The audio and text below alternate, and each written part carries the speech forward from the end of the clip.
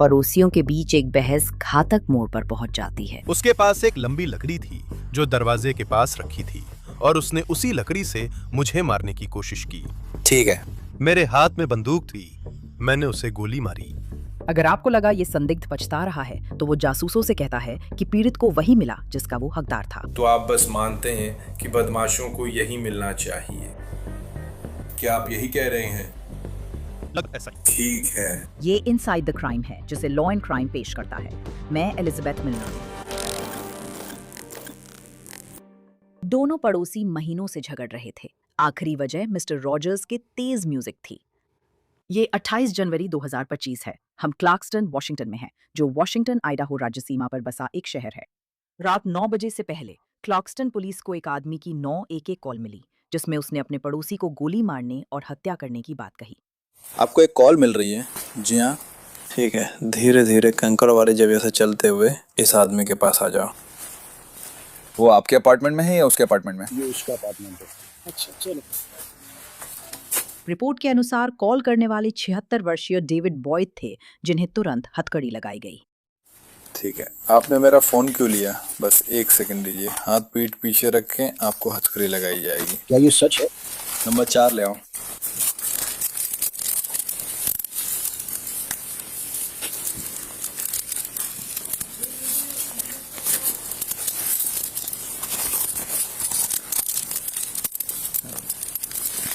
Search, क्या आप नेस्तर के साथ रहकर इस व्यक्ति को गाड़ी तक ले जाएंगे, तलाशी लेंगे और मिरांडा राइट्स पढ़ेंगे? ये हैं, वो नहीं है। वो गाड़ी के पास आगे की कार्रवाई करेगा। अधिकारी घर के अंदर जाते हैं। वहीं पर उन्हें 53 वर्षीय चैड वैन स्कॉटर का शव मिला। क्लार्कस्टन PD की घटना रिपोर्ट में कहा गया है कि डेविड ने डिस्पैच को बताया कि उसने उसे एक बार छाती में और एक बार सिर में गोली मारी और अब उसकी कोई मदद नहीं की जा सकती। रिपोर्ट के मुताबिक चैड के अपार्टमेंट का दरवाजा खुला था। एक अधिकारी ने बताया कि उसके सीने में गोली लगी थी और चेहरा खून से भरा था। हर बार जब वो अपनी कलाई दबाता है उसके मुंह से खून निकल रहा है।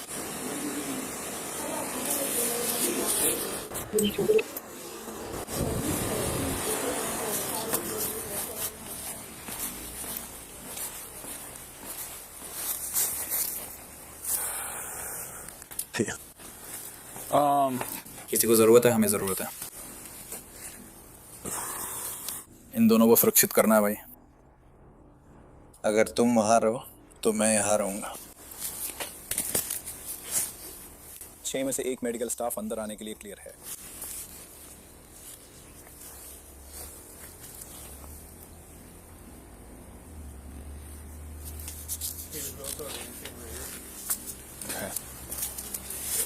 उसके शरीर के नीचे भी कैमरा है। एक कदम पीछे हटो, मैं तस्वीरें लेना शुरू करने जा रहा हूँ।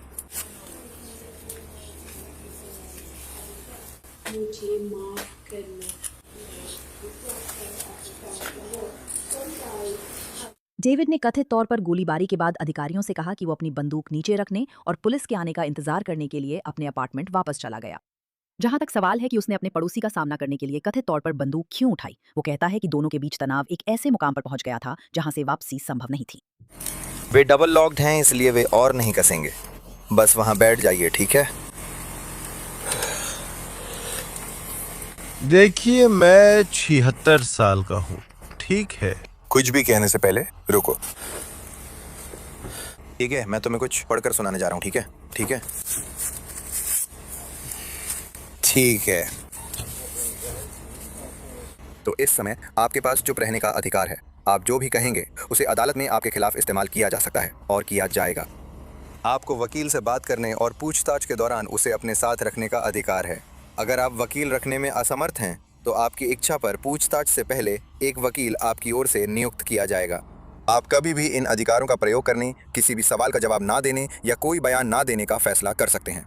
क्या आप उन अधिकारों को समझते हैं जो मैंने आपको बताए हैं? ठीक है। इन अधिकारों को ध्यान में रखते हुए क्या आप मेरे कुछ सवालों के जवाब देने के लिए तैयार हैं? जरूर। क्या आप बता सकते हैं आज रात क्या हुआ?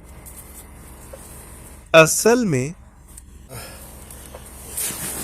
चैड को लगता है कि मैंने उसके बारे में कुछ अपमानजनक कहा। ठीक है, चैड तुम्हारे लिए कौन है? चैड सिर्फ मेरा पड़ोसी है। मुझे उसका आखिरी नाम भी नहीं पता। ठीक है। और जब मैं पहली बार वहां रहने आया था तो वो मेरे साथ काफी अच्छा था। वो बाहर आता था, बैठता था और घर के सामने बैठकर गांजा पीता था। ठीक है। और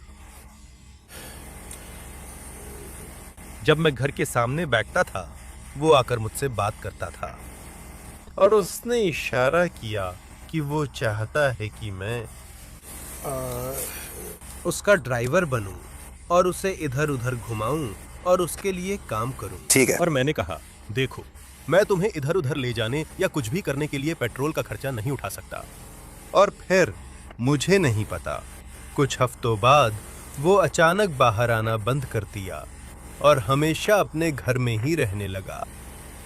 और कुछ मजदूर यहाँ नीचे इस पहले अपार्टमेंट में काम कर रहे थे और मैं नीचे गया था और उनसे बात की थी और उनमें से एक ने मुझसे पूछा था कि क्या चैड मुझे परेशान कर रहा है। मैंने कहा नहीं, कभी कभी वो रसोई में अलमारी के दरवाजे बंद करती है, पर उसने मुझे कभी परेशान नहीं किया। और किसी वजह से उन्होंने उसे बताया कि मैंने कहा था कि वो अपनी अलमारी के दरवाजे जोर जोर से बंद करता है और मुझे जगाए रखता है। ठीक है, तो आज रात क्या हुआ? किसी कारण से उसने रसोई में रेडियो रखा, ठीक है, और बस उसे तेज आवाज में चला रहा था।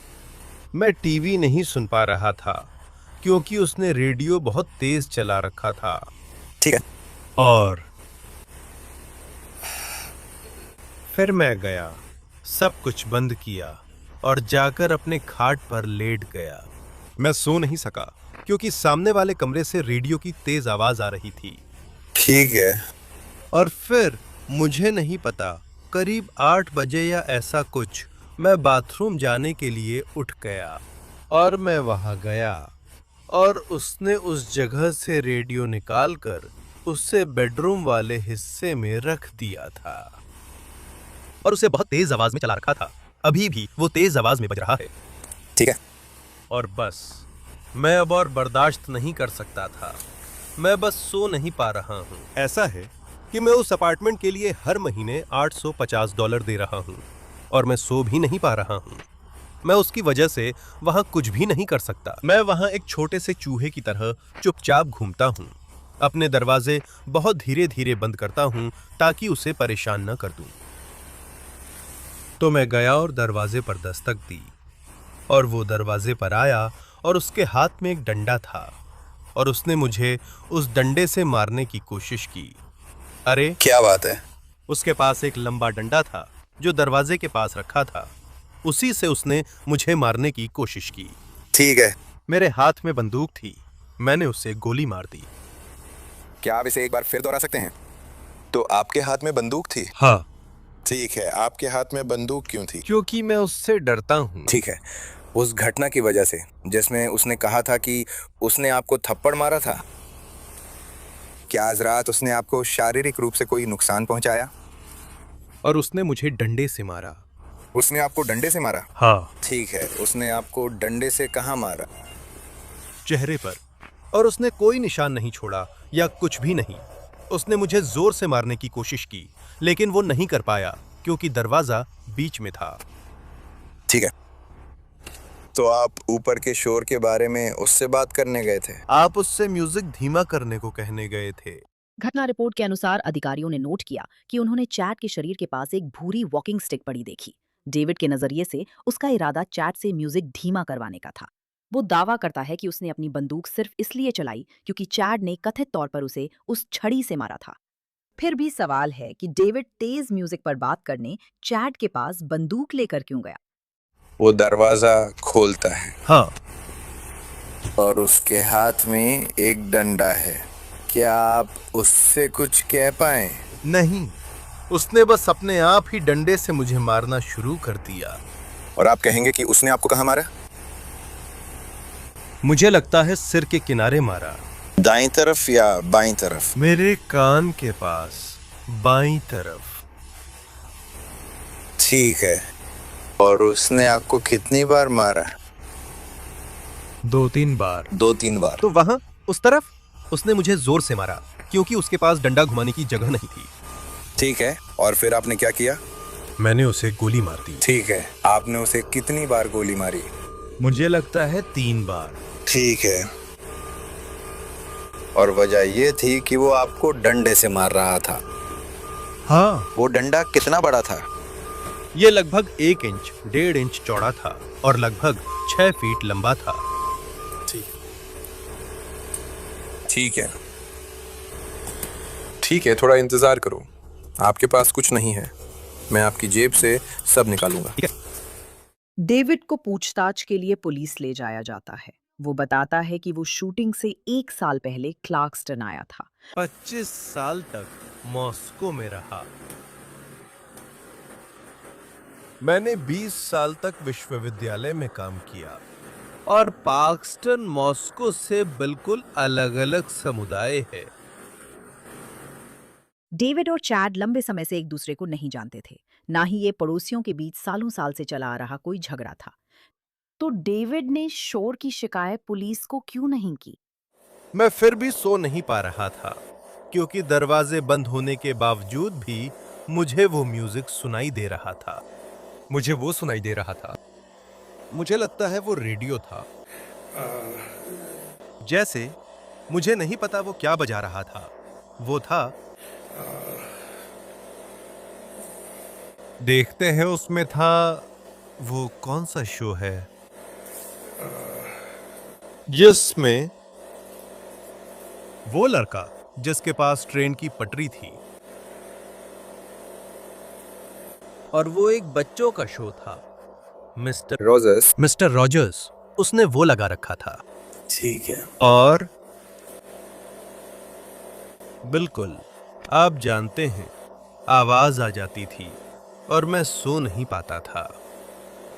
मेरा आपा सा खो गया था।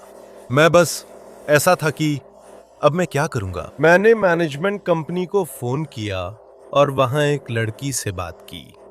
उसने कहा कि वो उसे कॉल करेगी, और जब उसने उसे कॉल किया तो उसने म्यूजिक और भी तेज कर दिया, या आवाज को पहले से भी ज्यादा बढ़ा दिया, और वो पहले भी ऐसा कर चुका है। जब मुझे पुलिस को बुलाना पड़ा था और पुलिस आई थी, और उनके जाने के बाद वो आवाज को पहले से भी ज्यादा तेज कर देता था। ठीक है, क्या आपने आज रात मैनेजमेंट कंपनी को फोन किया?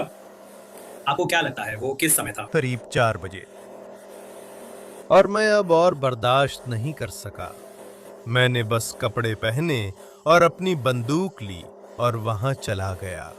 उसके दरवाजे पर दस्तक दी या घंटी बजाई, और उसने तो ये भी जरूरत नहीं समझी कि आवाज कम कर दे, जैसे वो आमतौर पर करता है जब कोई घंटी बजाता है। और आया और दरवाजा खोला और देखा कि मैं हूं, तो उसने वो डंडा पकड़ लिया जो उसके पास था। वहां एक डंडा है जो करीब 6 फुट लंबा है। मुझे नहीं पता, शायद इतना मोटा है। और उसने उसी से मुझ पर वार करना शुरू कर दिया। मेरे सिर के किनारे पर मारा। वो क्या कह रहा था? मुझे याद नहीं, वो कुछ अस्पष्ट था। और फिर उसे एहसास हुआ कि मेरे हाथ में बंदूक है, तो वो थोड़ा पीछे हट गया और फिर दोबारा मेरी तरफ आया। वो मेरी तरफ आया, मैंने उसे गोली मार दी। मुझे लगता है मैंने उसे इसी जगह और सीने में गोली मारी थी। और फिर मुझे लगता है मैंने उसे दूसरी बार सीने के पास गोली मारी थी, और वो मेरी तरफ आता रहा। तो मैंने बंदूक उठाई और सिर में गोली मार दी। ठीक है, तो आप सोचते हैं कि पहली गोली जो आपने चलाई थी वो पेट के आसपास के हिस्से में थी? ठीक है, लेकिन उसका पेट इतना बड़ा था कि मुझे यकीन नहीं था कि इससे कोई नुकसान हुआ होगा। मुझे नहीं पता, और उसे खून भी नहीं निकला। ऐसा लग रहा था जैसे मैं देख सकता था कि थोड़ा सा खून वहां से बह रहा है। तो आपने पहली बार उससे पेट में गोली मारी और फिर आपने क्या किया? मुझे लगता है मैंने उसे दोबारा पेट या छाती में गोली मारी, ठीक याद नहीं। दूसरी बार गोली मारी। वो मेरी तरफ बढ़ता ही रहा तो मैंने बंदूक उठाकर उसके सिर में गोली मार दी। ठीक है। दस्तावेजों से पता चलता है कि डेविड की गोलीबारी के बाद उसके और भी इरादे थे। आत्मसमर्पण करना इनमें शामिल नहीं था। मेरे पास यहाँ बस एक और चीज है। तो जब आप पिस्तौल वहां ले गए और आपने उसे गोली मार दी, आप अपने अपार्टमेंट लौटे, बंदूक रखी और मुझसे कहा कि आपने खुद को गोली मारने का भी सोचा था। और लेकिन आप खुद को ऐसा करने के लिए तैयार नहीं कर पाए क्योंकि आप 76 साल के हैं और अपनी बाकी जिंदगी जेल में नहीं बिताना चाहते थे। क्या तब आपको पता था कि आपने गलती की है? मुझे नहीं लगता मैंने गलती की। आपको नहीं लगता कि आपने कुछ गलत किया है? नहीं। ठीक है, तो फिर क्यों आपने, जैसे उन्होंने कहा, वो लड़का बदमाश था। सही है। तो आपको नहीं लगता कि आपने कुछ गलत किया क्योंकि वो बदमाश हैं? हाँ। ठीक है, और उसने मुझ पर हमला किया।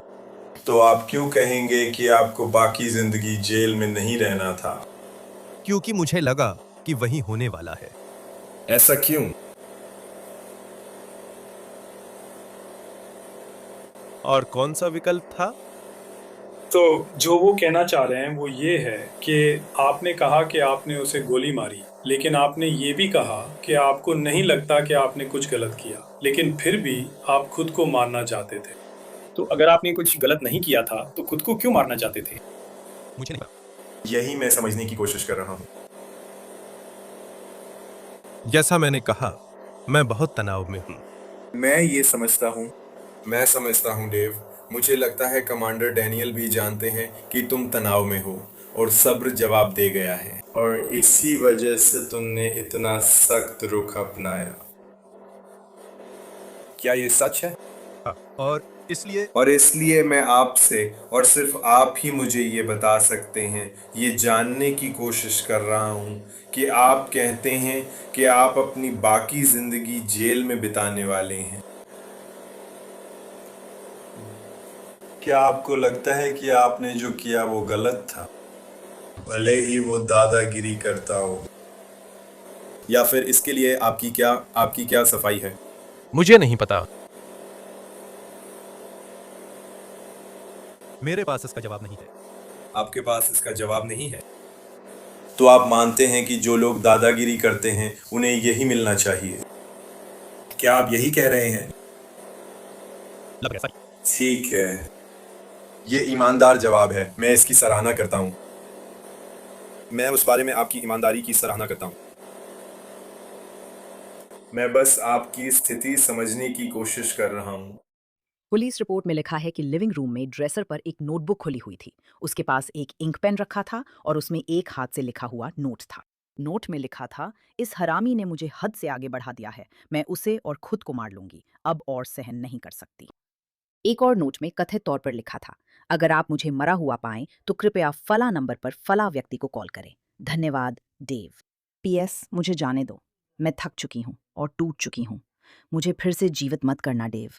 रिपोर्ट में आगे लिखा है कि दूसरे नोट में ये बताया गया था कि मृत्यु प्रमाण पत्र मिलने के बाद उसके बैंक खाते तक कैसे पहुंचना है और उसमें से पैसे कैसे निकालने हैं। सारे ऑटो पेमेंट्स बंद करो, घर से जरूरत का ले लो और जो चाहो बेच दो। बाकी सामान सेंट विंसेंट डे पॉल को दान कर दो। डेविड बॉयड को गिरफ्तार किया गया और फर्स्ट डिग्री मर्डर का आरोप लगाया गया। उसे बिना जमानत के हिरासत में रखा गया। जून 2026 में उसने सेकेंड डिग्री मर्डर का दोष स्वीकार किया। डेविड बॉयड को 23 साल की जेल की सजा सुनाई गई, यानी अगर वो जेल से रिहा होता है तो उसकी उम्र 101 साल होगी। ऑनलाइन रिकॉर्ड्स के अनुसार वो वॉशिंगटन डिपार्टमेंट ऑफ करेक्शंस में अपनी सजा काट रहा है। इनसाइड द क्राइम में साथ जुड़ने के लिए धन्यवाद। मैं एलिजाबेथ मिलनर हूँ। कल फिर एक नए केस के साथ मिलेंगे।